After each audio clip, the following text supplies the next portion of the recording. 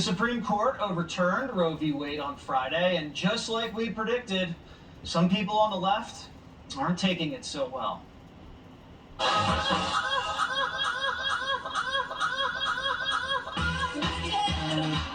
Trauma and destruction's kind of the thing that I love. So, if you guys want to join me in mailing blood from your uterus to the Supreme Court, I thought I was kidding. I'm a patriot. Yeah, getting more than ever.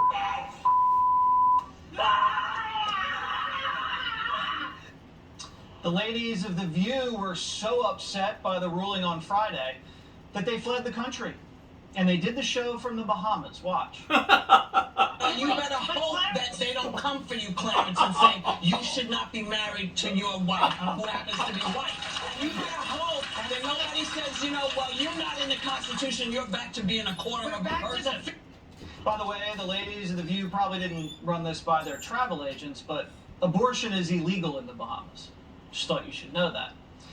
And a politician who may as well be a co-host on The View sounded exactly as you'd expect the mayor of Chicago to sound. If you read Clarence Thomas' concurrence, he said, thank you, Clarence Thomas. Potty mouth people. Democrat violent He thinks mouthy. that we are going to stand idly by when they take our rights. When you have the biggest unit in Chicago, they let you say whatever you want. So how did the media cover the reaction on the streets to the decision?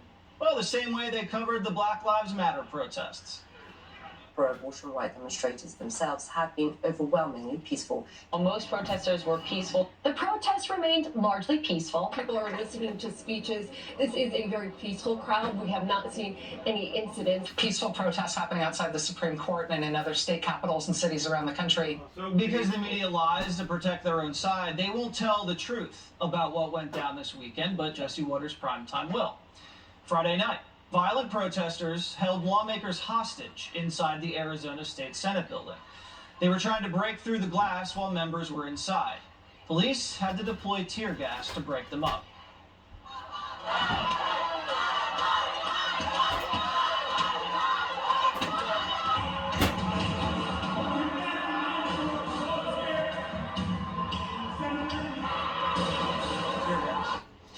Another attack on democracy that Adam Schiff probably won't be holding hearings on. The next day, an angry mob rioted outside the Arizona Capitol again and tore down the fence set up around the House and Senate Plaza. Police arrested 4 people on rioting, disorderly conduct, trespassing, and criminal damage charges. There they are. Caitlin, Hayes, Alex, and Taro. Beautiful. Lovely, lovely people. Yeah. Over in California, things were just as bad. On Friday, protesters attacked vehicles on the freeway. This is how to handle a decision. Go after innocent people. Protesters blocked traffic on a California freeway and had to be physically removed by police officers. Creating traffic's not going to get people on your side. But this was actually calm compared to the demonstrations that happened Friday night, when criminals started shooting fireworks at law enforcement. Rioters started surrounding LAPD, cornering them as they started punching and throwing things at them. One psycho even went around trying to murder officers with a makeshift flamethrower.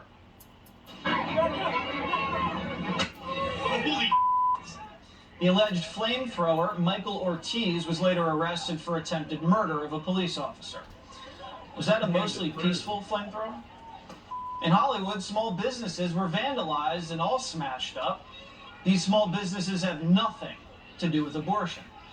We saw the same thing happen in Portland, Oregon, Saturday night, when over 100 criminals set out on a rampage. The rioters were chanting death threats against the Supreme Court justices. Something, you want to pay attention to, considering a wannabe assassin made it all the way to Kavanaugh's house just a few weeks ago. Pro-life centers were also in the crosshairs.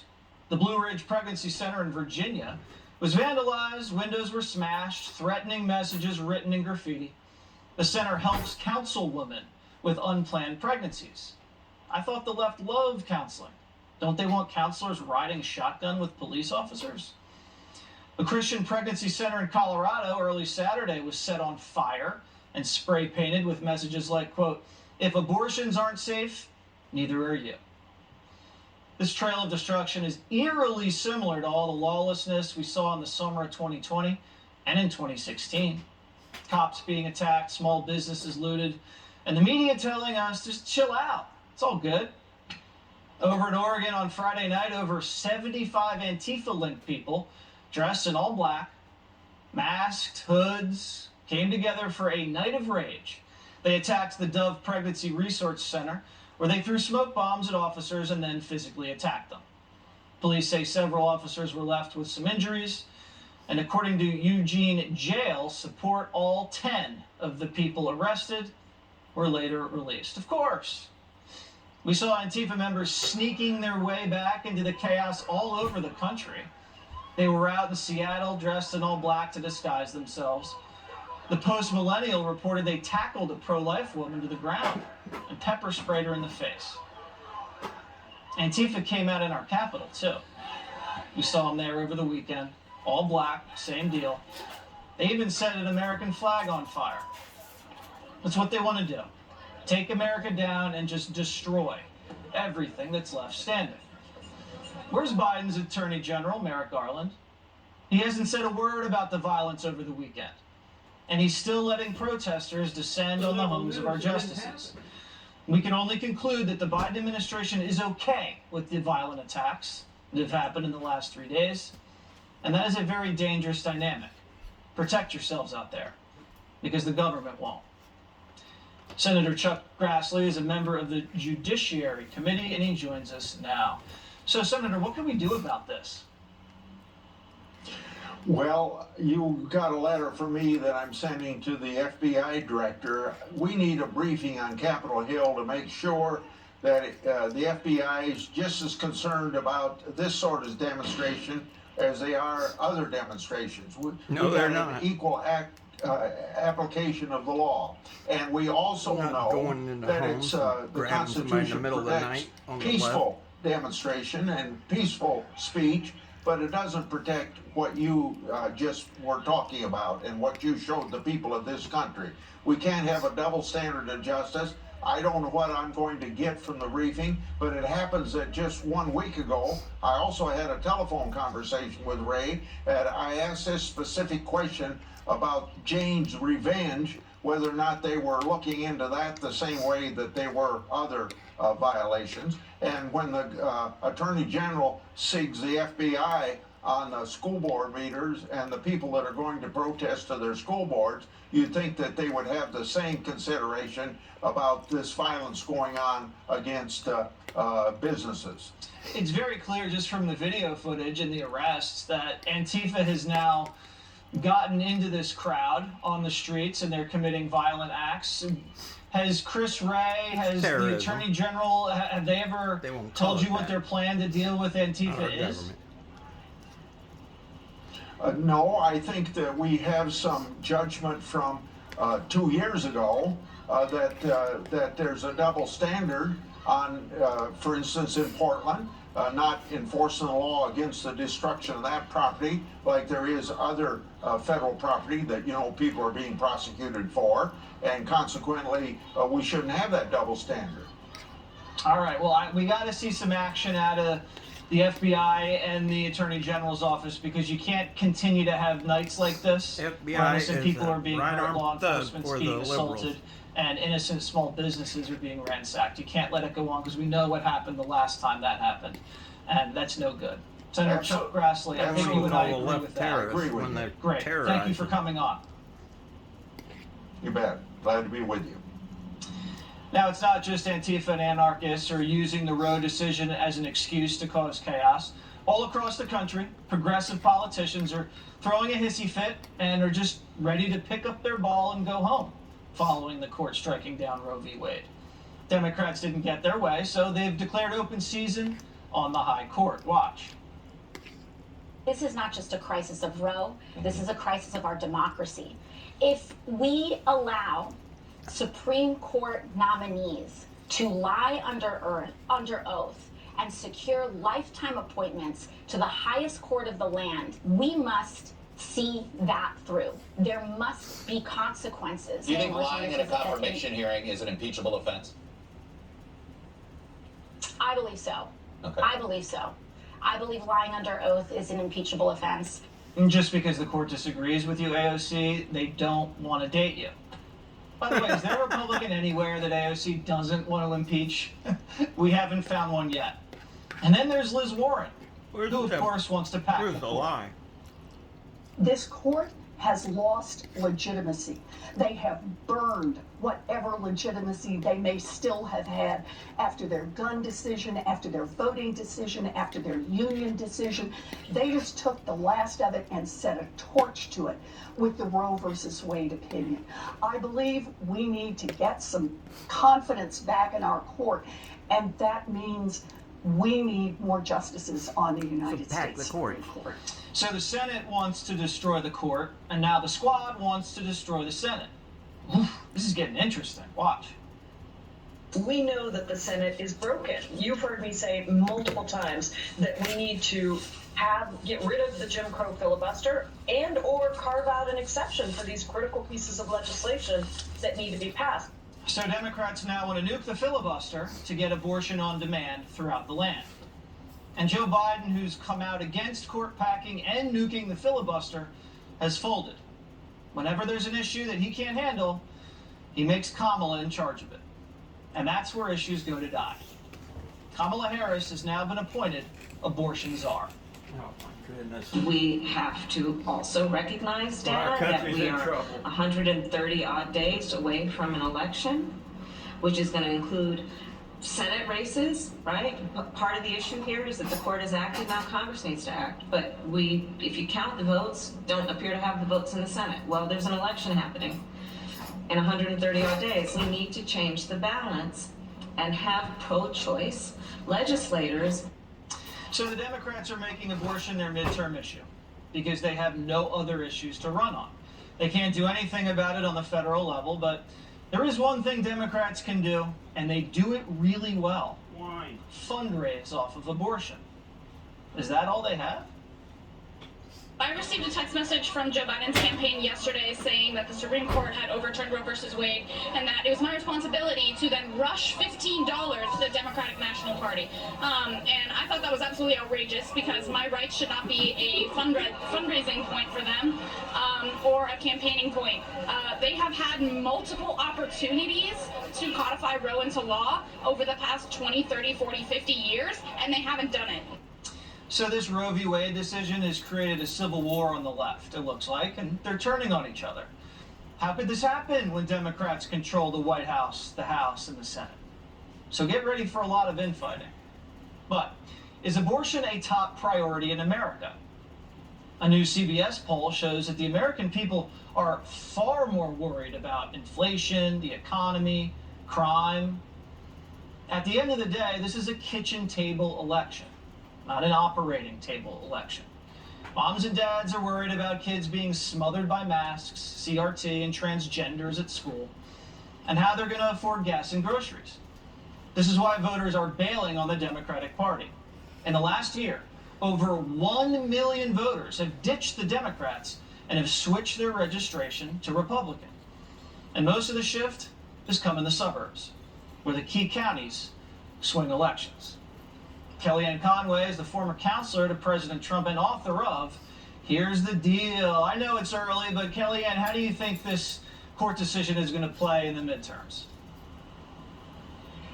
Look, both pro-lifers and pro-choicers, Jesse, feel completely engaged in the election. I think the left is more enraged and the right is engaged. If you believe that's a baby, you're going to get out there and you're going to thank the Supreme Court for doing the right thing after 50 years.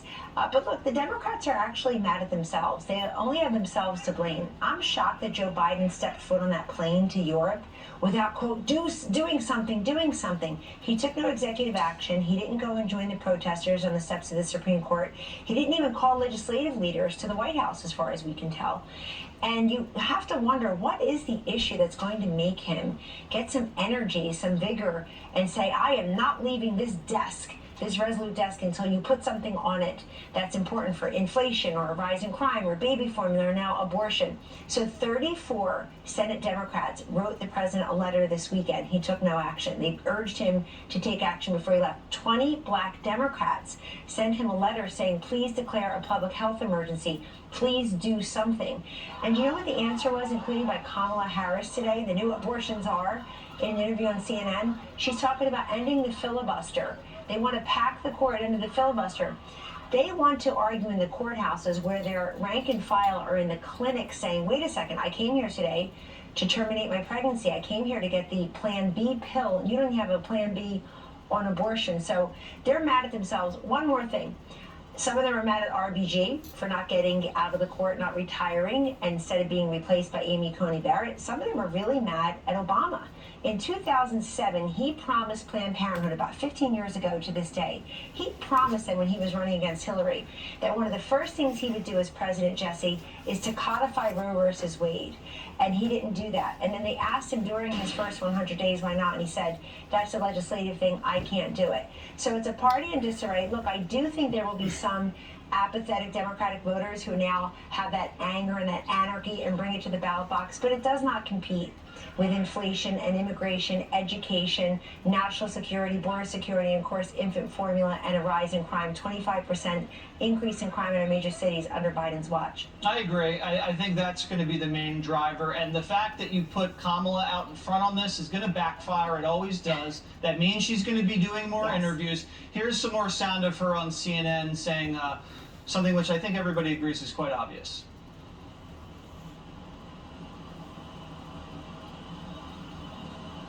No sound. Well, she said that she is the daughter of a woman and that she is the daughter of a grandmother. You know, there's a lot of sound from this interview on CNN. We're still going through it, but we're going to have a big segment on it tomorrow night. But it's not good when you put Kamala in charge. I'll give you the last word. Jesse, we keep on giving the Vice President of the United States this Russian title, czar. So far, she's been the border czar, the voting rights now she's the abortion czar. She's not up to the task. Nobody likes her. Nobody trusts or respects her. Nobody wants to work with her, including people whose job it was to work with her. And by the way, Jesse, let me ask all the Democrats out there a question. All the people protesting. What is the point already of having a female Speaker of the House, a female Vice President, if you can't even get them to articulate your point of view on what you say is the major issue of your time? Also, I think AOC is going to be mad at Kamala for saying she's the daughter of a woman. I think she's the daughter of a birthing person, according to AOC. That's a good. But let's let that internecine warfare over the Democratic Party continue. They're really in a big mess, and Kamala's not up to the task. I think that's why you see Presley and Warren and others stepping forward and trying to take a hold of this. But Biden should not have stepped on that plane without, quote, doing something. I think you're right. Kellyanne Conway, he's usually right. Thanks as always. Thank you, Jesse. Joe Biden, a lot of money going to Hunter to pay for escorts. A smoking gun voicemail. Also, Nancy getting a little anxious over what's going down with Paulie P. When people ask me what are the three most important issues facing the Congress, I always say the same thing. Our children, our children, our children. Nancy makes me sick. Trouble in the Pelosi home tonight, as Fancy Nancy's feeling very anxious about the deadline prime time is set for the release of the video footage from her husband's arrest. In fact, she's panicking, even pushing around the daughter of a new Republican congresswoman. It's obvious nervous Nancy's a wreck, and we don't blame her. She knows the clock's ticking until we find out what really happened on the night she was out of town and her husband went stag at a dinner party and smashed up his Porsche. Was someone potentially riding shotgun? As you know, Paulie P has a wandering eye. Did Paulie P fall face first into some vineyard grapes during his field sobriety test? Did he try to slip the officer a wad of cash? And was there a guest in the sports car that night? According to the New York Times, there was a witness. Our lawyers made it very clear to the Napa County people last week, if they didn't release the dash cam and body camera footage by tonight, we'd be seeing them in court. Fast forward to now, Napa's DA and California Highway Patrol have less than 30 minutes to respond.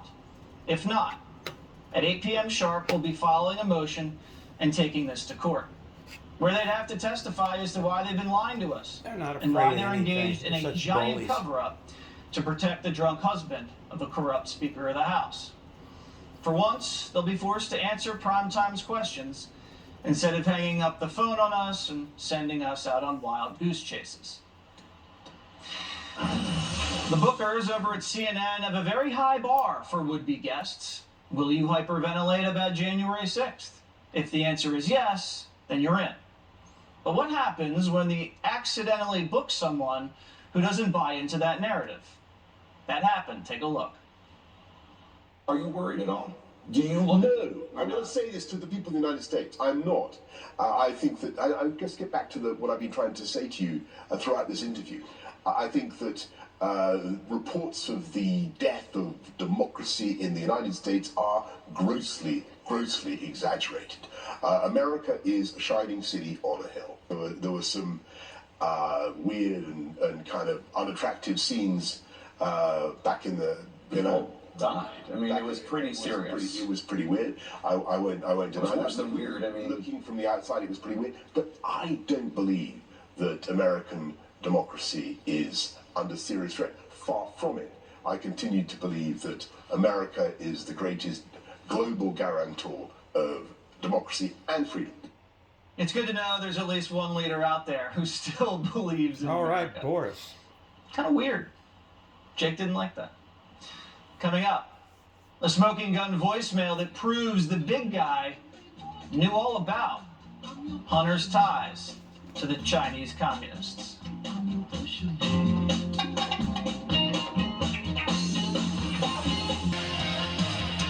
We know Joe Biden's a wealthy man. Thanks, China. But what exactly does Joe do with all his money? He made a fortune as the big guy and millions from a book that nobody read. But that doesn't go towards living expenses. He's got taxpayers for that. So how is Joe spending his millions? Well, we have a partial answer for you tonight. One might that actually surprise you. What if we told you some of Joe Biden's money may have wound up in the hands of a human trafficking ring? And what if that human trafficking ring was run out of Russia? We're not kidding. According to the Washington Examiner, in early 2019, Hunter spent over 30 G's on Russian sex workers. And it was the big guy who was footing the bills, sending Hunter at least $100,000 all in 1 month. And it looks like Hunter was using it to pay Russian prostitutes. Newly obtained text messages by the Examiner shows one instance where Hunter negotiated the price of a 16-hour tryst, costing him a pretty penny too, almost $10,000. But here's the kicker. Less than 90 minutes after Hunter received wire instructions, his dad, Joe, just happened to send him $5,000. Are we supposed to assume that it's just all a coincidence? Will you be the judge? And just hours later, still short of the full escort's fee, Hunter got into what appears to be a little dispute with the sex trafficking ring, telling his Russian point person that the escort didn't speak English and was frustrated. Well, Hunter's father barely speaks English, so I don't see why that was a problem. He even recorded a video with the escort to prove he's been a good customer. Watch this. Is anything hurt on you? Anything? I was literally saying, I'm sorry that it took so long to give you $10,000. Have I ever touched you in a bad way? Ever? Have I asked you every time if I could touch you? Every time. He can't get a real girl. Sweetheart, look at me. What's his problem? You cannot talk to me that way and say things like that. Yes, she did. That's why they're going to war with Russia. Anyone you've ever met. Yeah. That's why Hunter they're is fighting the Russia. most respectable person so ever. did his son. Investigative reporter Andrew Kerr of the Washington Examiner broke this story, and he's here now. All right, so what's the significance for Joe Biden with regards to the money transfer? Right, so Joe Biden transferred Hunter $100,000 in December 2018 and January 2019. And during the same time frame, Hunter Biden spent over $30,000 on escorts that are linked to Russian bank accounts. That video that you just showed, Joe Biden wired Hunter Biden $5,000 about 2.5 hours before that was filmed. Now, Senators Grassley and Johnson published a report in 2020 saying that Hunter Biden alleging that Hunter Biden had engaged in transactions with a suspected human trafficking or prostitution ring tied in Eastern Europe. It's not clear at the moment whether these payments that we're reporting on are linked to what Senators Grassley and Johnson were talking about. But it is important to note that we did pull text messages from a copy of Hunter Biden's abandoned laptop showing that Hunter Biden was talking to a woman linked to this escort agency saying that, hey, I can't make payments to these bank accounts linked to Russian email addresses because they're throwing red flags for my bank account. In one instance, he said that his bank account was frozen temporarily because he was trying to make payments to Russian email addresses for these escort services.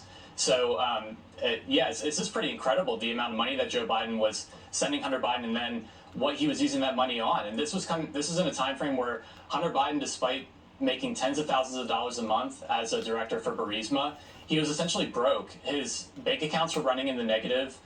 He couldn't afford car payments. And in one instance, he was reduced to begging his sister-in-law to fork him over some cash so he could afford ski lift tickets. He didn't have a dime to his name, yet somehow he still was able to spend $30,000 on escorts tied to Russia. Hunter Biden, great skier, not a great negotiator. Thank you so much for your reportage. And again, no other political family in the history of the United States would be getting a pass the way the Biden family is. Joe Biden has had a history of lying. It's just who he is. But probably his biggest lie was saying he never once spoke to his son Hunter about any of his overseas business deals. Well, tonight, we have more proof that he did, and that Joe Biden was much more involved than the media says he was. In 2018, the New York Times released a report on Hunter's Chinese business deals. Now, at the time, one of Hunter's Chinese associates had just been arrested by the FBI on corruption charges. And Hunter was paid $1 million by the Chinese to handle the situation. Right after this all broke, Joe gave his son Hunter a call to say he was in the clear. Thanks to the Daily Mail, we have the tape. Listen. Hey, Palace Dad, it's 8:15 on Wednesday night. You get a chance to give me a call. Nothing urgent. Just want to talk to you. I thought the article released has been online. It's going to be printed tomorrow in the Times. It's good. I think it's clear. Josh Boswell is a senior reporter at the Daily Mail, and he is the one who released the audio, and he's here now. All right, so Josh, this obviously blows up the whole plausible deniability that the Biden family traffics media in. would never report on it. Where do you think the story goes now from here? Wouldn't even investigate it. Well, I think this is a really important revelation that we have. It's coming right from the president's mouth. And I think that it's almost more important what wasn't said, right? It wasn't a phone call from Joe Biden to his son saying, what the hell are you doing? Like, I'm reading about deals with corrupt criminal Chinese businessmen. What's going on? It's, you're in the clear, right? He clearly knew what was going on. Now, I think what should happen is that the White House and Joe Biden himself should talk about this. They should tell the American public what really went on. When I asked the White House, they declined to comment on this, and they've been stonewalling the whole way. And of course, the background to this is that this is not the first piece of evidence we've got to suggest that Joe Biden knew what Hunter was doing and discussed his business dealings with his son. There are countless other instances. A really good one is a piece of evidence here is 2015, Joe goes to a dinner in DC with Hunter's business partners and business associates. The White House then says that Joe didn't go to that, but when photos emerge of him there, they do a U-turn and they say, oh, well, it was only a brief meeting. There are countless examples like this where it's clear that Joe knew what Hunter was doing and had discussed it with his son. I think we really need some transparency now from the White House on this. Yeah, the big lie is that Joe claimed he didn't know anything that Hunter was doing. That's the truth. Thank you so much. The UK Daily Mail continues to out-hustle American journalists in cracking the Biden case wide open. Thank you very much. But they didn't investigate it. She's addicted They didn't want to marriage. Meet the woman who's been married not once, not twice, but 11 times. And later, what's going on over at the airport? You know those tiny little 3-ounce things? I put vodka in them and bring them in my pocketbook. Breaking news from the Kamala Harris interview. The vice president just revealed the administration's plan to lower gas prices. Is there anything else you can do to help bring down the cost of gas? Well, first of all, let's just say that this is a very real issue. And they created we it. have to do something about it. And it's Sure. one of our highest priorities as an administration. She gave the exact same answer on inflation. But give her a break. She's the abortion czar now. She can't worry about gas prices. And the abortion issue is a very complicated one that requires deep thought. I thought about it as, you know, a parent. We have 2 children who are in their 20s, a son and a daughter. I thought about it as a godparent of teenagers. I thought of it as an aunt of preschool children. And a woman yourself. And a woman myself. And the daughter of a woman. And a granddaughter of a woman. Ooh, she's smart. Most people hope to be and can only handle one marriage, but not for Monette Diaz. I'm 52 years old and I've been married 11 times. My second husband, we got divorced and then we thought we could work it out, so I married him again. Number 10, we should have just stayed friends. Number 11, I'm not even going there with that one. When I add it all up, I guess I've been proposed to over 28 times. This Utah woman has been married and divorced 11 times. And it's all documented on her TLC show, Addicted to Marriage. But despite everything, she's not giving up. She still believes in love and that her one true soulmate is out there. Monette Diaz joins me now. Monette, one question. Why? Why? That's a really tough question. I just dreamed of being in love ever since I was a little tiny girl, and so that's what I wanted. But I was in a religion where you had to get married to have sex, and so I was going to be kicked out if I did that, and so I chose to get married. And it wasn't me that proposed; it was them that did it every time. So you're saying yes to proposals just to have sex? Yeah. No, not just to have sex. I really believed in it. I'm a hopeless romantic, and I'm very trusting in people, and so I really, as much as I look back at it now and see how stupid I was, I really believed that every single one was going to be it. I tried to make them be the soulmate that I always dreamed of as a little girl. Make them be. Yeah, you can't change men. We're hopeless. What was the shortest marriage And I have to ever? tell you this, Jesse. What? I was so excited for this interview that I told my sister that I was more excited than any I do I've ever done because I love your show, and so this is a big deal for me. Monette, I am happily married. You're not. I'm not going to be number 12. No, it's not about being married. It's the interview. Ever since you've been out on the street, I always wanted to be interviewed by you. Well, here Nothing you go. else. It is your lucky day, and you know, it's more marriages than Geraldo. What can I say? You're putting Geraldo to shame. Monette, just be careful out there. Eventually, you have to stop, and I think we might be at that point. So good luck, and God bless you. Thank you. Thank you. The price of gas is so bad, people would rather fly out of the Newark airport. That's the only place we're going to get to where we want to go. I'm not driving no more. Gas is too high. What do you think? Once you get there, you got to pay cab there. That's going to go up with gas prices going up. Right now, airports across the country are a disaster.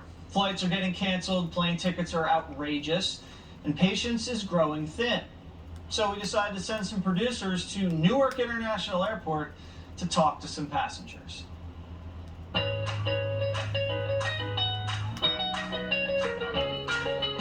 Where are you flying to? Viva Las Vegas. I'm flying to Indianapolis. Toronto, Canada. Going to Disney World. We're going to Disney World! How do you feel about all the chaos in the airports, the delays, the cancellations? Kind of sucks, but you know what? I'm here to live my life and be happy. Last year I paid $300. Now I paid $800. There's not enough people. The fuel is so expensive. I mean, we have Biden as our president.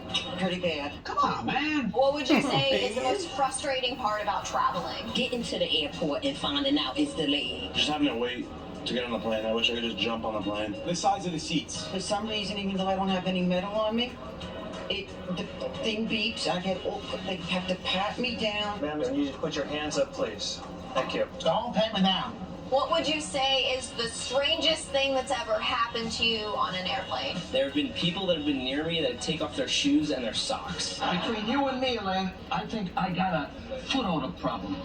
We landed in Newark and the lights went out. It's been pretty good going on in planes. No, I haven't gotten into any fights. Believe me, if somebody touches me, I'll deck them. What's the strangest thing you've ever packed for a flight? You know those tiny little 3-ounce things? I put vodka in them and bring them in my pocketbook. Ready to party! I don't know if I'm allowed to say this, but you can probably edit it out if it's bad. But it's a thong. Hey, you know, sometimes you gotta try some stuff out. Gross. Can you show us what you packed this time? I have my sandwiches. Got my toiletries bag. Go-to sweatshirt. Couple of snacks. Some snacks. Get some Haagen-Dazs ice cream bars. A whole lot of hot. Make sure chocolate. Gotta have chocolate, man. You still wear your mask on the flight? I don't really wear it at all. I just feel like, I'm over it. I don't believe in that anyway. It's both. I refuse to now. You can't make me! The Biden administration is all about going green. So do you feel guilty when you fly on a plane? What other option do I have? Environment, I love you, but I gotta do what I gotta do. That's the only place we're gonna get to where we wanna go. I'm not driving no more. Gas is too high. Do you feel guilty when you fly on a plane? No, because they're flying themselves all around. What is it, John Kerry on his private jet? It's the only choice for somebody like me. You're gonna be on Jesse Waters' prime time, so is there anything you'd like to say to him? Hi, Jesse. Shout out to Jesse. 7 p.m. Fox, nice. Hey, Jesse, you look really cute all the time. I'm Waters, and this is my world. Thank God the guy just didn't reach into his bag and show us his thong. That would have been upsetting. Yeah. Waters window. When you're a house guest for a weekend, you have to be a good house guest. It's not a hotel. You have to clean up after yourself. If you have towels that are out, you got to put your towels away. Hang them up. You can't just be leaving water bottles everywhere, okay? This is really, really important. If you ever want to be invited back, you can't just trash the place. Be respectful, be a good house guest, and it makes the homeowner feel much better. Time for some text messages. Diane says, a month ago, these people protesting couldn't tell you what a woman was. Now they're going crazy over a woman's right to have an abortion. Tim says, if only Lori Lightfoot would have had that much passion towards the crime in her third world city. You're right. I mean, I never heard her yell like that after 50 people get shot in a weekend. Billy from Texas, Jesse, nothing but crickets on the SCOTUS leaker. This should have been over a long time ago. I said it on the 5. You get everybody in a room and you just waterboard them. You take their phones and you waterboard them. That's it. Get it done like that. Rick from Tennessee, so the big guy knew everything. When do the hearings start? Jan says, well, at least Hunter treated the hookers nice. Yeah, as Hunter told you, I mean, Hunter said he is the most respectful person ever. And Hunter said he's the smartest. So he is the smartest, most respectful person ever to purchase Russian prostitutes from a Kremlin ring. Jesse from Cleveland, Jesse, what would you say to Nancy if she elbowed Jesse Jr. or the twins? I would wrap my hands. No, I wouldn't do anything. I would just sue her. Tucker's up next. Always remember, I'm Waters. This is my world.